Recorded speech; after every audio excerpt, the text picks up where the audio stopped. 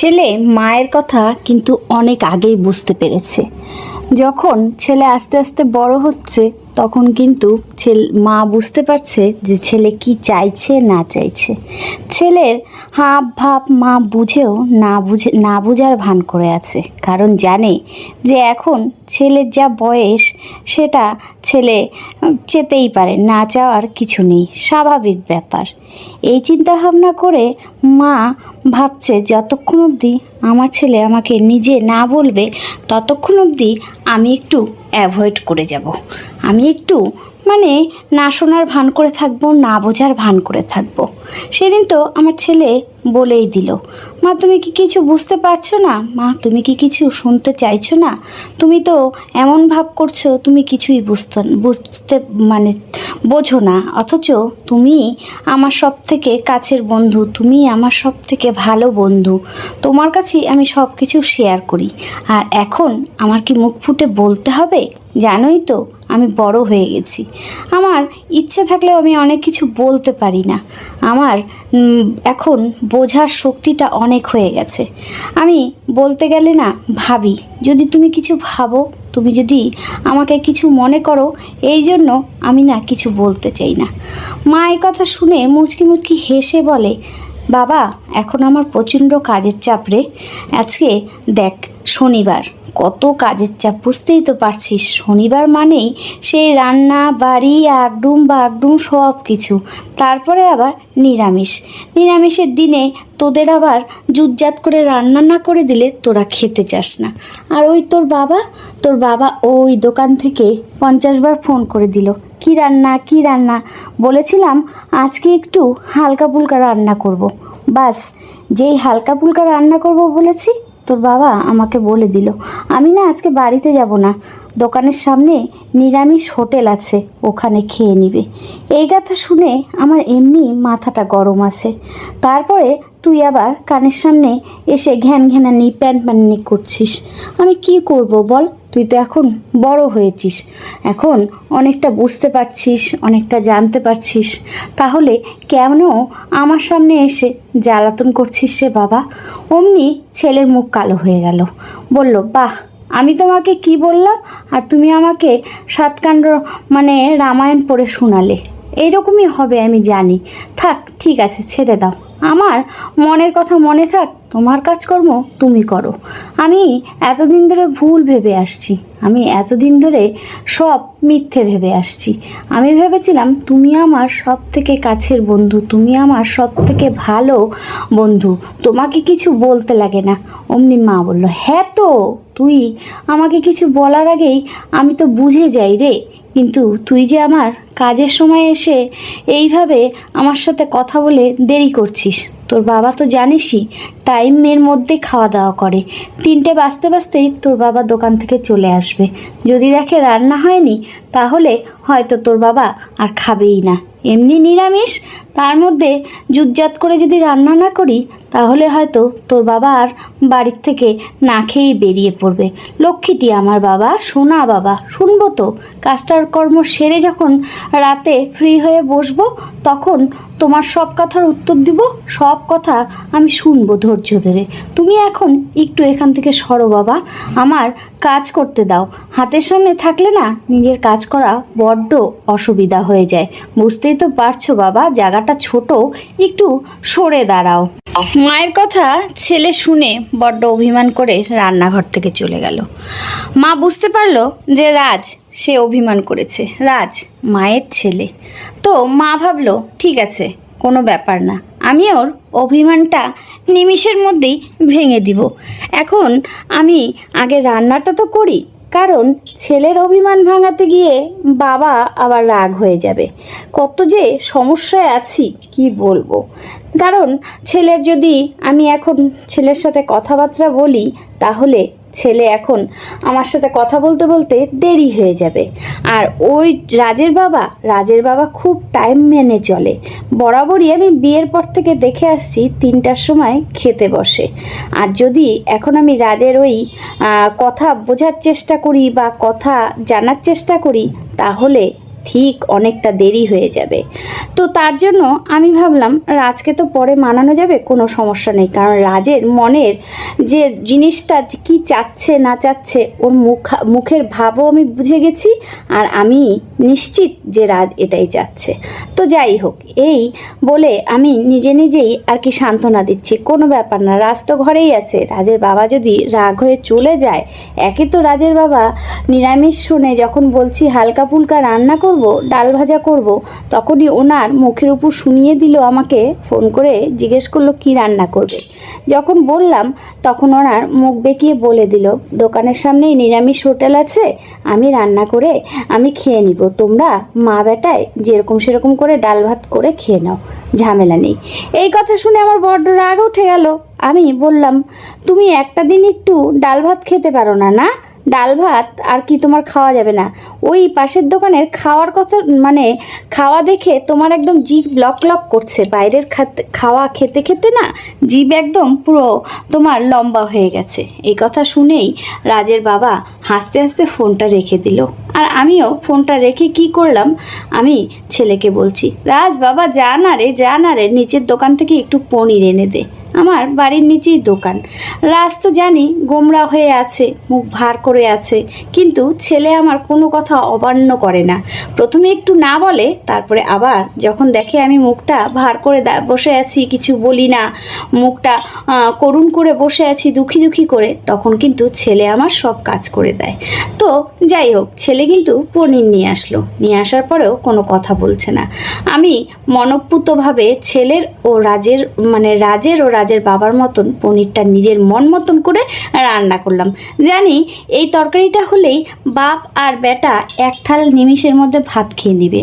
আর রাজের যেমন এখন একটা উঠতি বয়স, ও যদি একটু ভাত ঠাত বেশি করে খায় তাহলে বেশ লম্বা চওড়া হবে।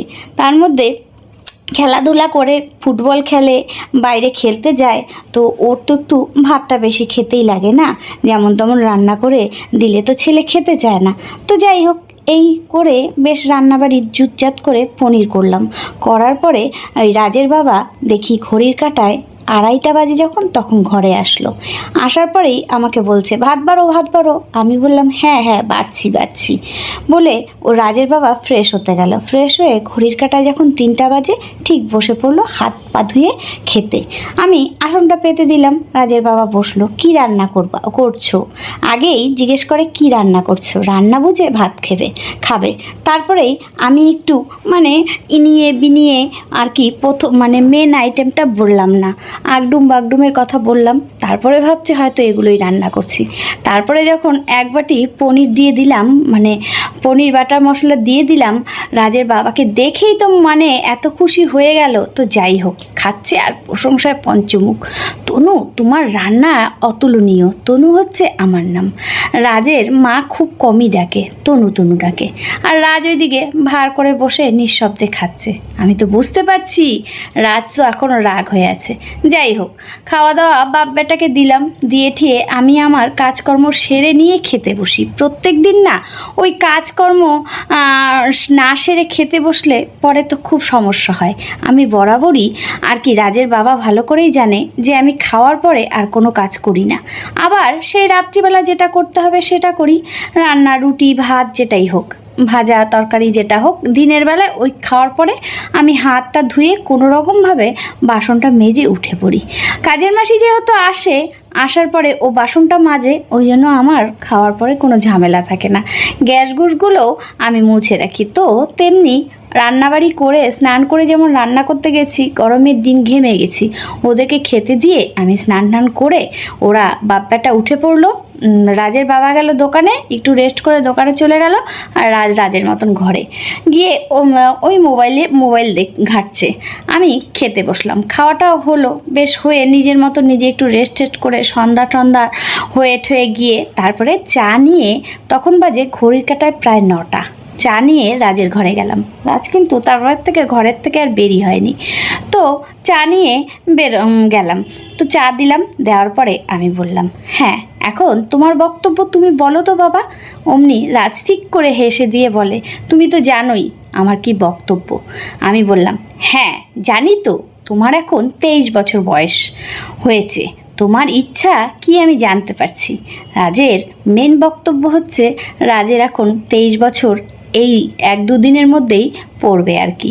23 বছর পূর্ণ হবে। তো রাজ এখন তার মার কাছে চাচ্ছে একটা ল্যাপটপ। সেই ল্যাপটপে সে নাকি একটা গেমিং চ্যানেল খুলবে। এটাই তো আর স্বপ্ন, ড্রিম, এটাই তার আশা। বলছে এতদিন ধরে রাজকে আমি অনেক ছুতা দিয়েছি, এখন দিব না, এই বছর দিব না, ওই বছর দিব না, সামনের বার দিব, এই করে করে এখন ছোট, এই করে করে কাটিয়ে দিয়েছি। এখন তো ছেলে 2 দিন পরে 23 বছরে পড়বে, আর ল্যাপটপ গেমিং চ্যানেল খুলতে গেলে ল্যাপটপ লাগবেই, মাস্ট। তো রাজের খুব ইচ্ছা গেমিং চ্যানেল খুলবে। আমি এতদিন ওকে অনেক রকমভাবে বাহানা দিয়েছি, আজকে তো আর বাহানা দেওয়া যাবে না, কারণ রাজের চোখ মুখ দেখেই আমি বুঝতে পারছি রাজ আমার কাছে চাইছে ল্যাপটপ। তো আমি এখন কি বলবো? তারপরে আমি বললাম ঠিক আছে, আমি তোমাকে দিব, তবে একটা শর্তে। এতদিন রাজ বলল, এতদিন শর্ত শর্ত বলে আবার শর্ত? এতদিন তো বলেছো ভালো রেজাল্ট করলে তুমি সঙ্গে সঙ্গে ল্যাপটপ কিনে দিবে। আমি এখন ভালো রেজাল্ট করেছি, তারপরেও তুমি আমাকে বলছো। কয় বছর হয়ে গেল আমি হাই সেকেন্ডারি পাস করেছি, কত ভালো রেজাল্ট করছি, আমি কলেজেও কত ভালো পড়াশোনায়, তুমি শুধু আমাকে লোভ দেখিয়েই রেখে যাচ্ছ। এরকম করলে আমি কিন্তু তোমার সাথে কথা বলবো না। আমি ভাবলাম না, জিতে বিপরীত হয়ে যাবে, রাজ রাগ হয়ে যাবে, তার থেকে বরঞ্চ তো আমি আমার শর্তটা বলে রাজি হয়ে যাই। রাজ বলল কি শর্ত? আমি বললাম তোমাকে ল্যাপটপ দিব, কিন্তু তোমাকে কিন্তু আমি 24 ঘন্টা ল্যাপটপ দিয়ে দেবো না। তুমি তোমার টাইমটুকু যতটুকু 3 ঘন্টা 4 ঘন্টা মানে একটা ভিডিও করতে, গেমিং চ্যানেলে যেহেতু ভিডিও করতে সময় লাগবে, ততক্ষণই দিব। কারণ সারাক্ষণ যদি তোমাকে দিয়ে রাখি তাহলে তোমার পড়াশোনার থেকে মাথা শেষ হয়ে যাবে। আমি জানি ল্যাপটপে অনেক কিছু আছে শেখার জিনিস, কিন্তু সেটা তো শিখবেই পরে। এই কথা শুনে রাজদিকি হ্যাঁ হ্যাঁ হ্যাঁ মাকে বলল, হ্যাঁ হ্যাঁ হ্যাঁ তুমি যেটা বলবে আমি সেটাই শুনবো। এই বলে সঙ্গে সঙ্গে বলল, ও মা তাহলে কিনে দিবে? আমি বললাম আমি কোথায় টাকা পাবো বল তো বাবা, তুই যে আমার কাছে চাচ্ছিস। রাজ বলল তাহলে কে দিবে? রাজের মা বলল বাবাকে বল, বাবাই তো ব্যাংক, বাবার কাছেই তো সব ব্যাংক ব্যালেন্স থাকে না। অমনি রাজ সঙ্গে সঙ্গে ফোনটা বাবাকে করলো। মাই বলল বাবাকে ফোনটা কর। ফোন করা মাত্র বাবাকে বলছে, বাবা আজকে আমি মাকে বলেছি আমাকে একটা ল্যাপটপ কিনে দিতে, মা আমাকে বলেছে আজকে বাজারে নিয়ে যাবে, তুমি তাড়াতাড়ি টাকা পাঠাও তো, আমি মাকে নিয়ে এক্ষুনি বাজারে যাব একটা ল্যাপটপ কিনতে। বাবা শুনে বলল, দাঁড়া, আগে পরে কোনো কথা নেই, ল্যাপটপের কথা কি গল্প, এগুলো তো আমি জানি না, তোর মা আর ছেলে বুঝে নে। আমি অমনি বুঝতে পারছি বাবা হয়তো একটু রাগ হয়ে গেছে, রাজের বাবা। সঙ্গে সঙ্গে আমি ফোনটা নিয়ে বললাম, আর বলো না গো, অনেক দিন ধরে রাজ বায়না করছিল, আমি অনেক রকমভাবে বাহানা করে দিয়েছি। তো আমি ভাবলাম এর আগে যদি তোমাকে বলি তাহলে তুমি রাগ হবে। ছেলের বায়না, এদিকে ছেলের ছেলে না পেয়ে রাগ হয়ে আছে, ছেলের অভিমান ভাঙানোর জন্য আমি বরের কাছে আর কি বর রাগ হয়ে যাবে, কেমন কীরকম সমস্যা না? তো তার জন্য তোমাকে বলিনি।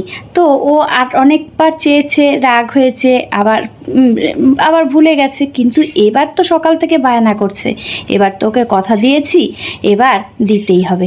এক কাজ করো, তুমি কিছু টাকা দাও, আর আমার কাছে কিছু টাকা জমছে, সেই টাকা দিয়ে একটা ছেলেকে ল্যাপটপ কিনে দিই। কারণ আজকে মেয়ে হলেও আমার অনেক খরচাপাতি করতে লাগতো, মেয়ের ক্রিম আগডুম বাগডুম অনেক কিছু। রাজের জন্য মানে ছেলের জন্য তো সেরকম কোনো খরচাই নেই, বেচারা নিজের ওই শার্ট প্যান্ট যা কিনে দেই হাতে ধরে ওটাই পরে। এছাড়া কিন্তু রাজ সেরকম শার্ট প্যান্ট নিয়েও ওর ইন্টারেস্ট নেই, ওর শুধু কথা আমাকে একটা ল্যাপটপ কিনে দাও, আমি একটা গেমিং চ্যানেল খুলব। তো এইগুলো কথা শুনে বাবা একটু আর কি বুঝে বলল, ঠিক আছে আমি অনলাইনে টাকাটা পাঠিয়ে দিচ্ছি, তোমরা এখন যাবে নাকি? রাজ পাশের থেকে বলছে হ্যাঁ এখনই যাব। রাজের বাবা বলছে এখন বাজে 9টা, এখন যাবে? রাজের মা বলছে আরে সামনেই তো দোকান, আমরা তো মার্কেটের মধ্যেই আমাদের বাড়ি, জানো না, সামনেই দোকান, গরমের দিন, কোনো সমস্যা নেই, আধা ঘন্টা 1 ঘন্টার মধ্যে চলে আসবো, কোনো ব্যাপার না, গাড়িতে যাব গাড়িতে আসবো। এই বলে তারপরেই কিন্তু রাজের জন্য আর কি কিনতে চলে গেল রাজের উপহার। 23 বছর বয়সে মা এসে রাজকে এত সুন্দর উপহার দিল, রাজ অবাক হয়ে গেল। দোকানে গিয়ে ল্যাপটপটা যখন আর কি দিচ্ছে, তখন দোকানদারকে বলছে রাজ, আমার মা এতদিন ধরে আমাকে বলছে দিবে দিবে, এই 23 বছর বয়সে মা আমাকে সেই উপহার দিল, যে এত সুন্দর উপহার, এই উপহারটা আমি কোনোদিনও ভুলতে পারবো না। রাজ বলল, সব থেকে ভালো যেটা হয় সেটাই আমাকে বলো, আমি এটা দিয়ে একটা কেরিয়ারের চিন্তা ভাবনা করছি, কারণ আমার খুবই শখ আমার একটা গেমিং চ্যানেল খোলার। তারপরে রাজের মা বলল, ঠিক আছে বাবা, মোটামুটি রেঞ্জের মধ্যে নাও। কারণ রাজের মা বলল, মোটামুটি রেঞ্জের মধ্যে নাও, বেশি হাইফাই নিতে যেও না, কারণ টাকারও তো ব্যাপার আছে, এখন না হয় এটা নাও, পরে দেখা যাবে। এই কথা শুনে রাজ আর কিছু অমান্য করলো না মায়ের কথা।